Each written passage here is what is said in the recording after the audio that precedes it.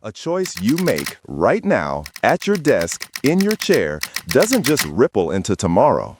It sends a shockwave backward, retroactively shaping events that have already happened. This isn't a plot from a temporal thriller. It is the most unsettling whisper from the very heart of quantum mechanics, a fundamental challenge to our deepest intuition about the flow of time. For all of recorded history, our universe has unfolded in a neat, linear progression. Cause precedes effect. The past builds the present, which in turn builds the future. But what if that linearity is a grand illusion, a convenient fiction our classical minds cling to, while the universe operates on an entirely different, more radical set of rules? This is the battleground where our perception of a fixed history clashes with the stark experimental evidence of a fluid, indeterminate past. To grasp this cosmic riddle, we must first revisit a cornerstone of physics, the double-slit experiment. It's the canonical demonstration of wave-particle duality, the quantum realm's bizarre insistence that fundamental entities like photons or electrons can be both a localized particle and a spread-out wave simultaneously. When you fire a stream of photons at a barrier with two parallel slits and place a detector screen behind it, you don't get two simple bright lines as you would with tiny bullets. Instead, you get a complex interference pattern of light and dark bands. This pattern is the telltale signature of waves, where the peaks of one wave add to another and the troughs cancel each other out. The only way this pattern can form is if each individual photon, traveling alone, somehow passes through slits at once, interfering with itself like a ripple in a pond. It exists in a superposition of states, a cloud of probability, until it strikes the screen and its position becomes definite. This is strange enough. But in the 1970s, the legendary physicist John Archibald Wheeler pushed this strangeness to its absolute limit with a thought experiment he called the delayed choice. What if, he mused, we wait to decide to measure the photon until it has already passed through the slits? Imagine the setup. A photon is fired. It travels towards the double-slit barrier. It passes through. At this point, according to quantum mechanics, it must be in a wave-like superposition, having traversed both paths. Now, long after that moment has passed, we make a choice. We can either place a detector screen directly behind the slits, which will register the interference pattern and confirm its wave nature. Or, at the last nanosecond, we can choose to deploy a sophisticated set of lenses and detectors configured to tell us precisely which slit the photon came through. This which way measurement forces the photon to reveal its particle nature. The paradox is this: how can our choice in the present affect the state of the photon in the past? If we choose to look for the interference pattern, the universe behaves as if the photon went through both slits. If we choose to look for the which way information, the universe behaves as if the photon chose a single definite path. The interference pattern vanishes completely.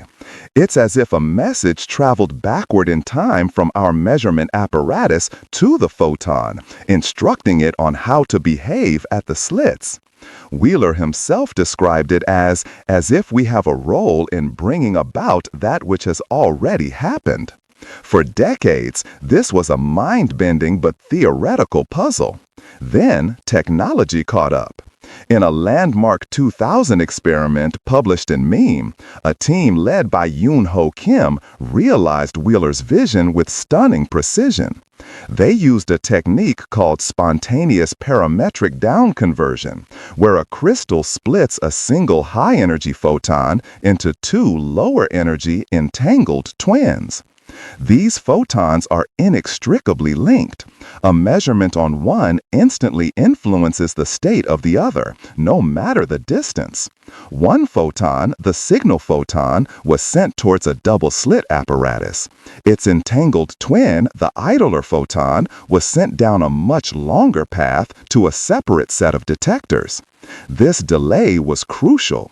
The signal photon would hit its detector long before the choice was made about how to measure its idler twin. The setup for the idler was the key. It could be directed to one of two detectors. One detector, D0, was designed as a delayed quantum eraser. It was configured in such a way that it could gather which-way information, but then erase it, making it impossible to know which path the signal photon's twin had taken. The other detectors, D1 and D2, were set up to unambiguously record the which-way information.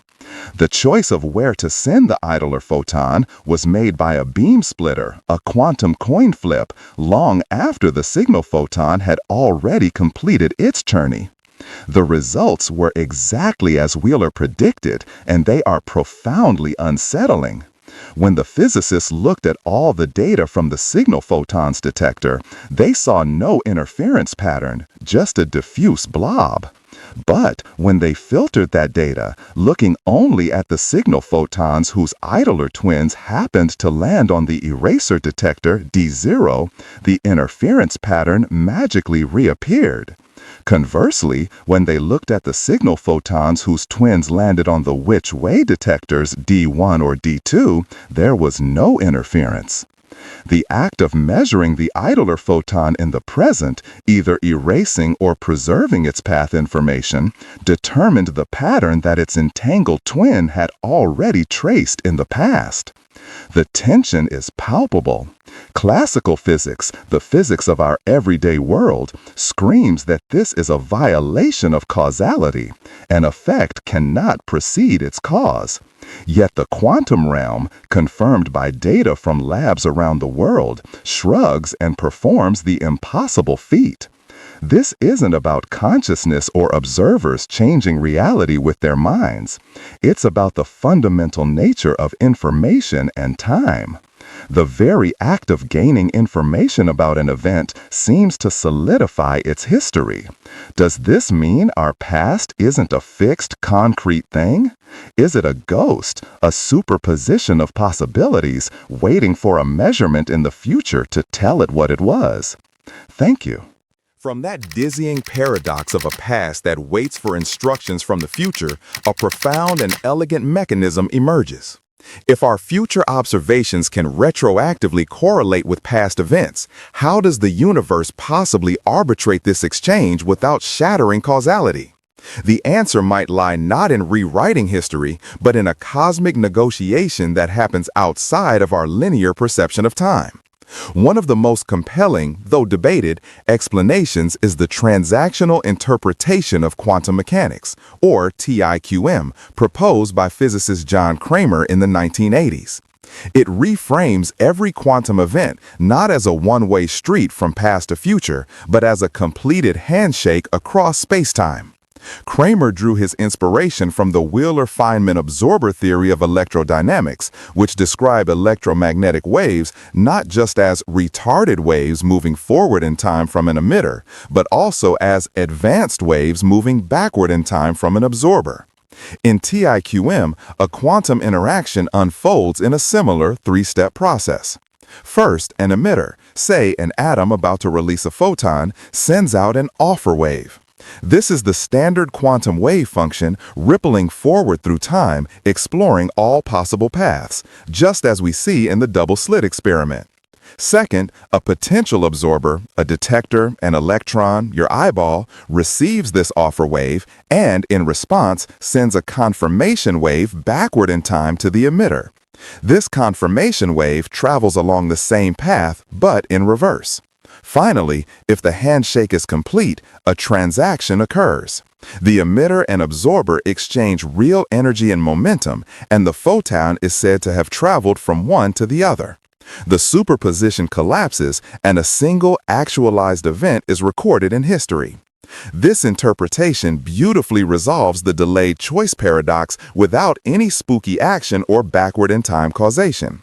In the quantum eraser experiment, the emitter sends its offer wave through both slits. The wave reaches the final detector array. Now, the future choice comes into play. If the apparatus is set up to be an eraser, it sends a confirmation wave back through both slits, reinforcing the wave-like nature of the offer wave. The resulting transaction solidifies an interference pattern. But if the apparatus is set to be a which-way detector, it can only send a confirmation wave back through one specific slit. The handshake can only complete along that single path. The transaction, therefore, actualizes a particle-like history, and the interference pattern is absent. The veto isn't about literally deleting a past that already happened. It's about the future measurement casting the deciding vote on which of the many pasts gets to become real. The universe, in this view, is constantly pruning the branches of possibility. All potential histories exist in a quantum fog of superposition until a transaction locks one of them in. The future doesn't change the past, it locks it. This framework aligns with experimental results published in journals like Nature and Science, providing a coherent, albeit strange, narrative for the data without violating the conservation of energy or allowing for faster-than-light signaling to send information to the past.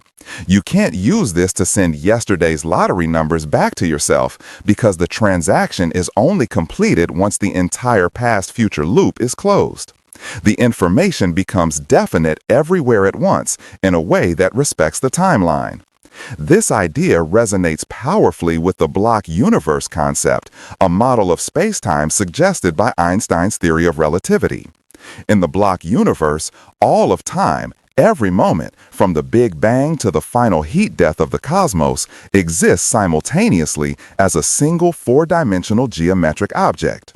The flow of time is an illusion of human consciousness. The past is not gone, and the future is not yet to be. It simply is. The transactional interpretation provides the dynamic stitching for this static tapestry. The handshakes between past and future are the threads that weave the consistent pattern of reality into the block. Our perception of a linear now is just our consciousness traversing a pre-existing, fully formed structure. The philosophical implications are staggering. What does this mean for free will? If our future choices are already part of a completed transaction with the past, is our sense of freedom to choose just an illusion? Perhaps not. TIQM suggests our choices are genuinely influential. They are the absorbers that sent confirmation waves back through time, participating in the creation of reality. Our will is a fundamental part of the cosmic negotiation. We are not just passive observers watching a movie that has already been filmed. We are active participants in a cosmic feedback loop where the future helps determine the past on a moment-by-moment basis. The universe isn't a dictator laying down a fixed history. It's a collaborator waiting for the future to cast its vote, to place its anchor, and in doing so to crystallize the shimmering fog of quantum possibility into the single shared story we call reality. The past isn't being deleted, it's being chosen.